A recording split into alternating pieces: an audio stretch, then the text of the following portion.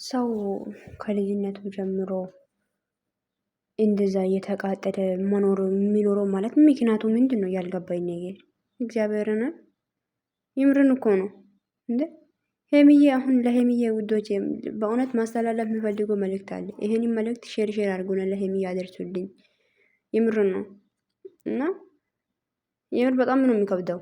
ሰላም ሰላም፣ ውድና የተከበራችሁ ውድ የሜላት ዩቲዩብ ቻናል ቤተሰቦች እንዴት ናችሁ? ደህና ናችሁ? ያላችሁ ባላችሁበት ቦታ ሰላማችሁ ብዛ ውዶች። የረመዳን ስራ እንዴት እያረገ ነው? እና ያው ምንም አይሆንማ፣ ምንም አይደለም። ብቻ እግዚአብሔር ብርታቱን ይስጠን። እና ውዶች ሄሚዬ ይሄንን ሼር አድርጋለች አይቼ ነው ያመጣሁትና ስቶሪ ላይ እኔ ጠዋት ነው ያየሁት እና አሁን ነው ያመጣሁትና ብቻ በጣም ነው የሚከብደው እግዚአብሔርን። እኔ ግን አንድ ነገር ልነግራችሁ የምፈልገው ነገር ሄሚዬ፣ ለአንቺ አንድ መልእክት አለኝ። አንቺ ገና ልጅ ነሽ። እግዚአብሔርን እድሜሽ እኮ በንዴት አለቀ እኮ በቃ። ይሄ 24 ሰዓት የምትሰሩት ስራ ይሄ አውቀሽም ይሁን ሳታውቅም ይሁን እኛ ግን ያየነው ልክ ላይ በጣም ነው የሚያስጠላው አይደለ? በጣም ገባሽ? ይበቃል በቃ። እንደ ምንድነው ሁሌ ይሄ ችግር አይደብርም እንዴ? ጤናሽን ሁሉ ለምንድን ነው በጭቅጭቅ የምትጨርሺው? ለማን ብለሽ እዚች ምድር ላይ እኮ የምንኖረው የተፈቀደልን ቀን ብቻ ነው። በቃ ማን ያውቃል አይደለ? ያለነው ጊዜያቶች በደስታ እናሳልፍ። ለአንድ ሰው ብለን እድሜያችን ህይወታችን እኮ መስዋዕት አድርገን እየተቃጠለን የምንኖርበት ምክንያት ምንም የለም እኮ ገባሽ? እንደ ምንድነው አንዱን አስተካክላለሁ ስትይ የማያስተካክል ከሆነ ምን አይነት ሰው እንጂ ይሄ በቃ ለምን ብለሽ ትቃጣያለሽ? ለምን ብለሽ ነው? ለማን ብለሽ ሄሚዬ? እንደ አንድ ሰው እኮ ህይወቱ ለሚፈጠረው ነገር መጀመሪያ ጠንቅቆ ማወቅ አለበት፣ አንድን ሰው ከማጣቱ በፊት። እንደ ጮጋራሽ እኮ ተቃጠለ እኮ። ኧረ በኢየሱስ ስም እውነት ውዶች ይኸውላችሁ፣ ለህይወት ትግል ማድረግ ያለባት ሁለት ሰው መኖር ካለባት ትግል የሚያደርገው ሁለት ሰው ነው እንጂ አንድ ሰው ብቻ ህይወቱን ለማኖር ህይወቱን ለማስተካከል ትግል ያደርጋል ማለት ይሄ ህይወቱ ይስተካከላል ማለት አይደለም። በቃ አብሮ ያለው ሰው አጠገቡ ላይ ያለው ሰው አብሮ ትግል ካላደረገ አንድ ሰው ብቻ ትግል እያደረገ ህይወት ሊቀጥል አይችልም። ገባችሁ? አንዱ ማለት እንትን ያደርጋል፣ አንዱ ደግሞ ያበላሻል፣ አንዱ ደግሞ ያስተካክላል፣ አንዱ ያበላሻል። በቃ እንደዚህ ከሆነ ህይወቱን አንድ ሰው እኮ ምንም ተጨንቆ ተቻግሮ በቃ እንደዛ አዝኖ አይችልም። የምር ነው አይችልም። ገባችሁ? እኔ ያለው ልክ ላይ ሄሚ በጣም ትግል እያደረገች ነው። በጣም ገባሽ አይደለ? ለምን ብለሽ ነው ትግል የምታደርገው? ለአንቺ የተፈቀደለት ህይወት ማን ያውቃል? የተኛ እንደሆነ አናውቅም እንኳን አይደለ እንደ ምንድነው ጭቅጭቅ ይሄ? ያቺ እንኳን እርጉዝ ነች የተባለችው ሴት እንኳን እውነቱ ውሸቱን ያሳታወቅ ደግሞ እቺን ሴት አመጣት። እኔ እንኳን ማለት ነው እኔ እንኳን ደስ ያለኝ ነገር ምን ታውቃላችሁ? እቺ ልጅ እንኳን አረግዣለሁ ብላ አልመጣችም። እንኳን አረግዣለሁ ብላ ብትመጣ ምንድነው የሚሆነው ይሄ ልጅ? እንዴ ለምን ብለሽ ነው? ምንድነው አንድ ሰው ቢሄድ አንድ ሌላ ይመጣል አይደል እንዴ? ግን መኖር ይቻላል። ብቻ አላቅም በእውነት እኔ እንጃ። በዚህ ልክ ማለት ራስሽን እያጣሽ ራስሽን እንትን እያረግሽ የምትኖሪ ህይወት ግራ ነው የሚገባኝ። እኔ የምር ነው እንደ እኔ በእድሜ ላይ እግዚአብሔር በተሰጠኝ እድሜ ላይ ተደስቼ ማለፍ እፈልጋለሁ። እንዴ ሁል ጊዜ ማጮቆን ምንድነው? 3 ቀን ደስታ 1 ወር ሙሉ 2 ወር ሙሉ ሀዘን። እንዴ 2 ቀን ደስታ ከዚህ በኋላ ሀዘን ምንድነው እንዴ? ሹ ሃይዳ ሙሽኪላ ወላሂ ላዚም እንዴ የምርን እኮ ነው። ለህይወት በቃ ህይወትን ማጠንቀቅና ማድረግ ያለበት ነገር ማወቅ ያለበት ሁለቱም ነው እንጂ አንቺ ብቻ ይሄን እንደዚህ አድርጊ ስትይ ለምን ብለሽ ለማን እንዴ? ሄሚ እኮ ማለት ነው ውዶቼ ብሩክ ላይ ቀንታይ ሳይሆን የሆነ ህይወት ላይ እሱ ላይ እንደሚመጣ ነገር ጠንቅቃ ነው የምታውቀው። መጀመሪያ ይሄ የሆነ ነገር አንድ ሴት ጋር የተገናኘ ቁጥር ምን እንደሚፈጠርም ታውቃለች።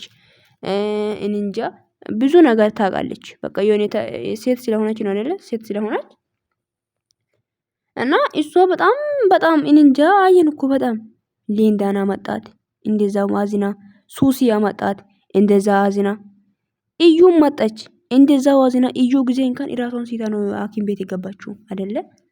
ለምን አይበቃም ነው ይሄ ነገር? ለምን አይበቃም ነው? ሴት ተደጋግሞ ህይወታቸው ለሚመጣው ተደጋገበው እኮ በጣም ለምን አይበቃም እንደ ያለ ሴት መኖር አይቻልም ነው? ብሩክስ ቢሆን የኔ አንቺ ጋር የተጣላ ቁጥር ላይ ሴቶችን ተሸክሞ ማመጣቱ ለምንድን ነው የማያቆመው? ለምን? ኧረ በኢየሱስ ይገብዳል። የምር ነው እንዴ! አንድ ሰው እንዴት እየተቃጠለ ህይወቱን ይመራል? ሻማ እየቀላ ለሰው ብርሃን እንደሚሰጥ አንቺ ራስሽን እያቃጠልሽ ለሌላ ሰው ደስታ ነው እየሆንሽ ያለሽው። ለምን ብለሽ ለማን ራስሽን አጣሽና ምንድነው ለማኖር ያለብሽ? ሞተ ገና አልኖርሽም እኮ የኔ እናት እንዴ! እየተፈቀደልሽ ነው የሚሆነው። ስለዚህ ለእግዚአብሔር አሳልፈሽ ሲጭና ለሁሉም ነገር ታዩ በቃ እንዴ! ሹሃ ማቃጠል በጣም በጣም ዋጋ ከፈልሽ ለዚህ ህይወት በጣም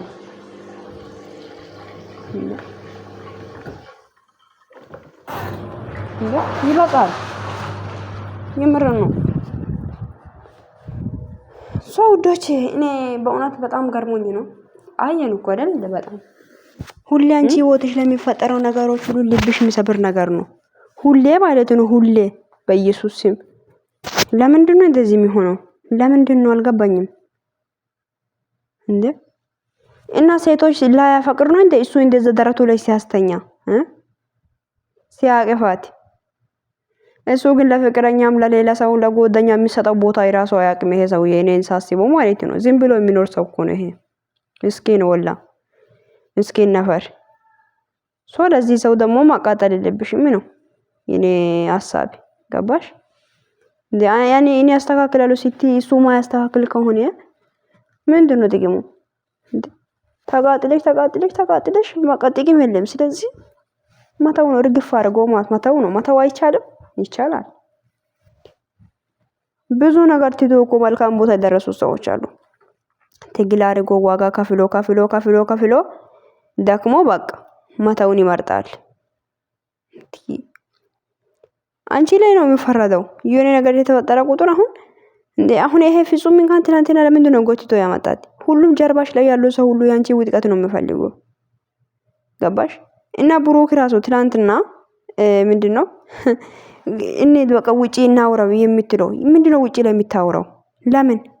አንቺን ያመጣሁት እኔ ለፕራንክ ነበር። ፕራንኩን ጨርሻለሁ። ስለዚህ ለዚህ ነው ያመጣሁት እንጂ እኔና አንቺ ጋር ምንም ነገር የለም። ስለዚህ ከዚህ በኋላ ስልክ ላይ ላገኝሽ አልፈልግም። አይንሽን ላይ አልፈልግም ብለ መልስ መመለስ ትችል ነበር።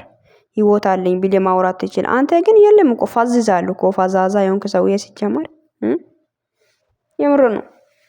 አንተ ሶፋ ላይ 5 ሰው ሆነ ማቀመጥ ነው እንጂ አንተ ስራ አንተ ላይ የሆነ ነገር የመጣው ነገር ማጋፋት አትችልም። በዚያው ማቼም እንዴ መልስ መስጠት አቅቶክ ነው። አንተ ሄሚ ፊት ላይ አውሪ እንጂ ሄሚ ፊት ላይ ነው ማውራት ያለብክ።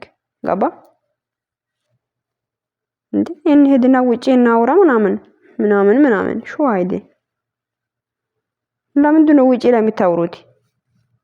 ለካይ የሚደበቅ ነገር አለ ነው እንዴ? አንተ ራሱ እንኳን ሴትን ከማውጣትህ በፊት ሴትክ ደረትህ ላይ ከማስተኛትህ በፊት ቆም ብለህ ለማሰብ ሞክር። እንደዚህ ሰው ዝም ብሎ ነው እንደሚኖረው በፈጣሪ ስም እንዴ? የኔ አባባል አለችና አባባሉን ከቻላችሁ በሀዲየኛ ነውና ሶዶ ዋሮ ደዋ ሶሮ ማጨስ እኮ ካዲጅ ይሄ ሰውዬ እንደዛ ነው። ነገ የሚመጣው ነገር ጠንቅቀህ ለማወቅ ሞክር መጀመሪያ ማለት ነው። አይሻልም? አንተም ጥሩ ነው ብዬ አስቤ ነው። እና ውዶች ይሄን ቪዲዮ ሼር አድርጉ ለሄሚዬ። በጣም ለህይወትሽ ዋጋ እየከፈልሽ ነው። ድራማም ሊሆን ይችላል። አሁን እኮ አያፍሩም። አንቺ ነሽ እየፈተንሽ ያለሽው፣ አንቺ ነሽ እቺን ልጅ አፍቅራለሁ ብላ እንድትመጣ ያረግሽው የተባለ ነው። ብቻ የውስጥሽ የሚያውቁ አንቺና እግዚአብሔር ብቻ ነሽ። አልፈርድም እኔ ማን ይሁን ማን። እና ባቲም እንኳን እቺ ልጅ እንደምታፈቅር ድሮም ነው የታወቀ ነው አይደል? እንደመጣች ራሱ እያረጋሽ እንደ ህፃን ልጅ ነው እያረጋት የነበረው። ልክም ብለሻል። እኔ እንደ ህፃን ልጅ ነው የሚያረጋኝ አንተን ሳገኝ ፍንዲቅ ጥቅ ነው የሚለው ብለሻልና እውነትም ፍንዲቅ ጥቅ ብለሻል የኔ ህፃን። እና አለባበስሽን አስተካክለሽ ልበስ የኔ ቆንጆ። እና የምር ነው አግሪሲቭ ነው ምንድነው ያለችው? አንቺ ስለምትናደጂ ላንቺ ያልነገርሽኝ ብሩክ ሲመጣ ነግሬሻለሁ አልሽ። እሷ እኮ ህይወቷ ላይ እኮ ነው የመጣሽው ሴትዮ አይደል እንዴ? በምትወደው ሰው ነው የመጣሽው። አግሪሲቭ ስለምትሆኚ ነው ላንቺ ያልነገርሽኝ አልሽ። ቅንቅና እንዴ! ሰው እኮ ሴትነቱን ጥላችኋል እንደ ዘንድሮ። በእናታችሁ እንዶ በእናታችሁ ኧረ ግን ሴቶች ይደብራል እውነት።